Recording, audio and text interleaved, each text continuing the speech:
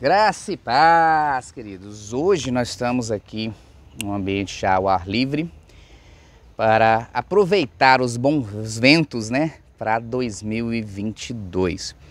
E o querido pastor Ailton está aqui para nos ajudar a esclarecer, sugerir, né? Tudo na paz? Graças a Deus, em paz e com esperança de construir um 2022 melhor do que foi 2021. Certamente, certamente. Pastor, o que eu penso é o seguinte, eu mesmo e muitas pessoas na hora que, né, tá ali na virada, terminando o ano, ó, em janeiro eu começo aquele regime prometido, né, eu vou para academia e fica só uns 2, 3 meses, depois desiste o resto do ano, isso já aconteceu comigo. Enfim, a gente tem muitos projetos, né? Sempre que vira o ano a gente quer, vamos escrever aqui o que a gente vai fazer para esse ano, vamos economizar nisso, vamos investir naquilo, vou voltar a fazer meu curso de línguas, todo aquele lindo e maravilhoso. E acaba que nem sempre é por aí. E outros, né, falam, tá na mão de Deus, Deus fará. Onde está o Deus fará e onde eu farei? Excelente pergunta, você já dá muito pano para manga. A primeira coisa que a gente tem que pensar é a quantidade de opções que a gente faz acreditando que são projetos. Normalmente não são projetos e nem metas. São sonhos, são ideias vagas. E a gente começa a tirar num monte de direções. Ou começa a imaginar, eu declaro que teria um ano melhor, eu digo tal coisa, como se as palavras mágicas, mesmo com um viés religioso ou cristão, pudessem fazer isso. E por um outro lado, aqueles que querem se responsabilizar começam a fazer uma lista interminável de coisas e é certo que não vai conseguir fazer tanta coisa. Eu vejo assim, que realmente é um perigo a gente inventar tantos pontos, né, sem colocar essa meta e talvez prazo, data mesmo, ó. Nesse primeiro mês eu vou realmente arrumar minha casa, literalmente arrumar, colocar as coisas no lugar, pegar livros, doar, beleza. Ó, fevereiro vai ser isso, seria colocar as metas mais próximas, médias e longo até o final do ano, metas que eu preciso ir cumprindo de pouco em pouco? Eu penso que o mais importante é simplicidade, porque nós vivemos num tempo de muitas escolhas. A gente tem a falsa ideia de que vai poder ter todas as experiências, vai poder comprar todas as coisas, vai poder fazer todos os cursos, ler todos os livros, e esse volume de opções nos deixa numa angústia decisória. É importante que a gente, com simplicidade, escolha com clareza aquilo que se quer. E quando você disse sobre foco, a gente pode até voltar nisso logo a seguir, eu devo me perguntar, em cada fase, qual a única coisa que eu posso fazer hoje para que torne as outras coisas menos importantes ou até desnecessárias.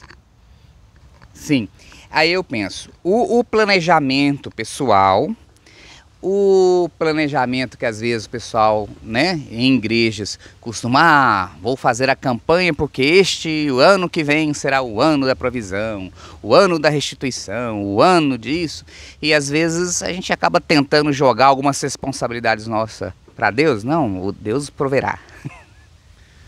Eu penso que isso é um grande equívoco. Deus nos dá inteligência, Deus nos dá condições, Ele intervém na história. Ele é Senhor da história. Não é à toa que a palavra de Deus, lá em Tiago, vai nos dizer que se o Senhor quiser, não só viveremos, como faremos isso ou aquilo. Muitas pessoas começaram 2021 ou 2020 cheias de planos e nem vivas mais estão. Outras não conseguiram porque a própria pandemia atropelou tudo. A primeira coisa é entender que a responsabilidade é minha, eu tenho que planejar. E além de eu ter que planejar, eu tenho que contar também com a permissão de Deus, porque Ele está no controle da história. Eu tenho a noção disso ou não? Esse planejamento, né, a própria Bíblia diz nessa questão, né, do planejamento em construir, né, para você estar no meio da construção e acabou o recurso e agora, né, ficar lá envergonhado porque está tudo ao léu sem finalizar. Você está se fazendo referência àquele texto de se um homem planeja construir uma torre e não se assenta para fazer os cálculos, essa é a diferença entre o projeto e o sonho. Quando eu tenho ideias boas, é muito fácil ter. A gente até copia algumas de outras pessoas, a gente recebe influências da mídia e até dos influenciadores da atualidade, e as prioridades nem sempre são nossas. E a gente não consegue dizer não a essas muitas demandas. A primeira coisa, eu tenho que fazer boas escolhas e aprender a dizer não para todas as outras. Porque não é possível viver todas as coisas e a sua experiência é completamente diferente da minha. Eu preciso, obviamente, me submeter a Deus pela nossa visão cristã, compreendendo que Deus é Senhor da história, mas eu preciso me responsabilizar para saber o passo a passo do que estou fazendo e ter foco. Porque a maioria das pessoas não se assentam nem para calcular, nem para pensar, vão tocando, imaginando que as coisas vão acontecer no estalar de dedos ou no passe de mágica. É verdade. Essa responsabilidade nossa, né? Eu vejo que o ser humano, acho que desde sempre tenta, né, jogar essa responsabilidade para outro. Eu mesmo já fiz reportagem, sempre em finais de ano ali, entre Natal e Ano Novo, que muitas vezes, né, vamos ver o que os astrólogos dizem, o que já fomos lá no Pai de Santo X e tal, vamos ver o que o universo está falando para isso, né, em TVs mundanas. E as pessoas, vou entrar, vou pular as tantas ondas, vou vestir amarelo, vermelho, verde, seja lá a qual for, e procura alguém. Eu lembro na época que um desses, né, videntes falaram, não, e a Dilma? A repórter perguntou, a Dilma, cai ou não cai? Não, ela tem uma força, um carisma muito grande pela população, ou fala muitas coisas genéricas, tudo. Eu creio que a gente não tem esse poder de prever o futuro dessa forma, né? E a gente tenta jogar a responsabilidade para alguém, porque se der errado, não, eu segui fulano tinha me prometido isso.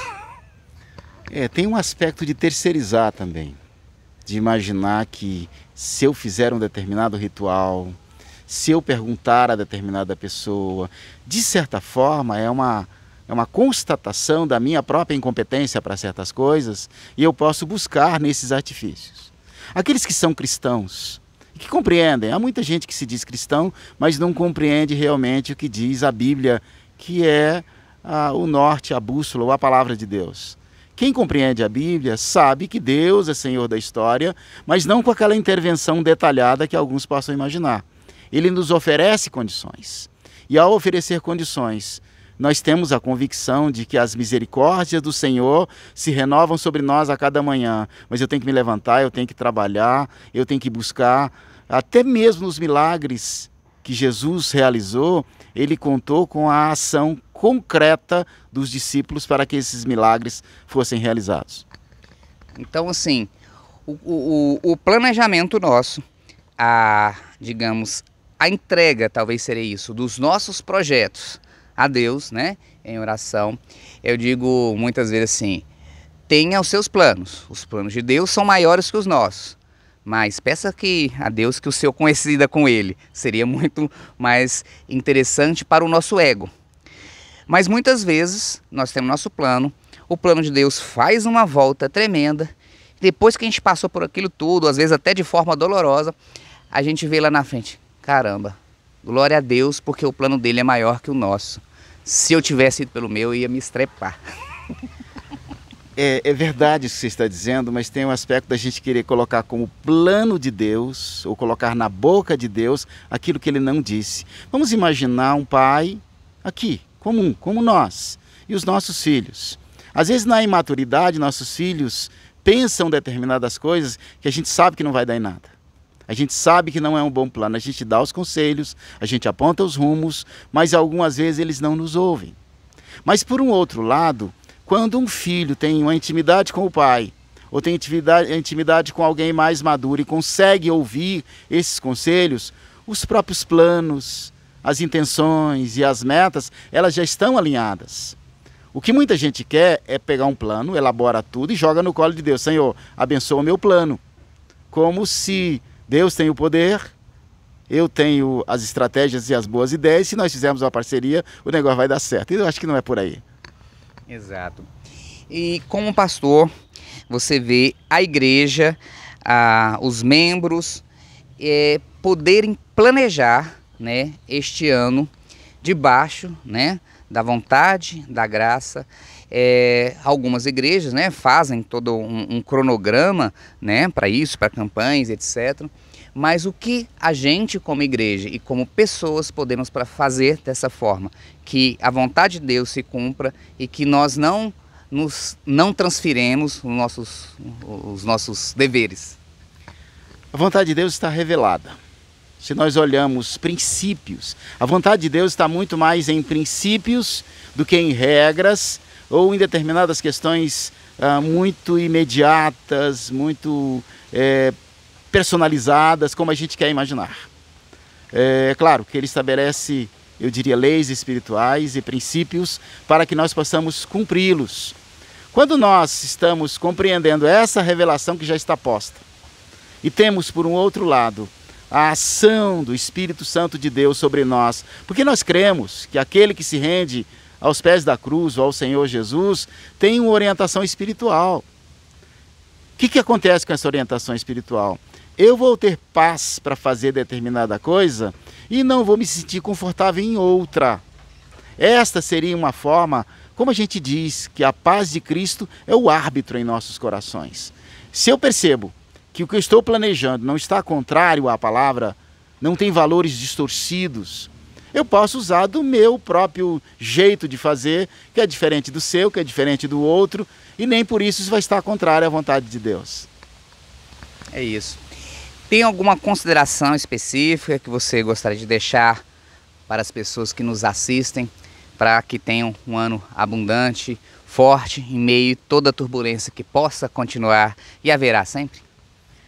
Eu quero deixar como uma palavra você buscar aquilo que é essencial.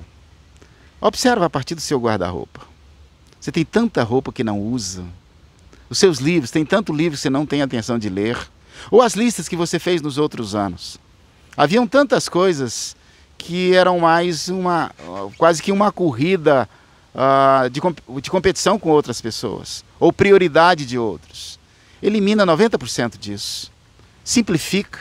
Olha para o que faz diferença para você e submete isso ao crivo do que você compreende como sendo a boa, perfeita e agradável vontade de Deus. Arregaça as mangas, vá em frente, mantenha o foco e trabalhe nessa direção. Como dizem alguns, é um incrível superpoder de fazer um pouquinho todos os dias. Aí você chega lá. Amém, amém. É isso. Gostou? Compartilha, passa para frente, comenta. Manda sugestão, às vezes tem algum tema interessante que vocês gostariam que a gente conversasse aqui. Manda pergunta aí pra gente, que a gente encaminha. E quem sabe esse tema vai estar aqui com a gente conversando. Um grande abraço. Um abraço a todos, Deus abençoe. Que isso?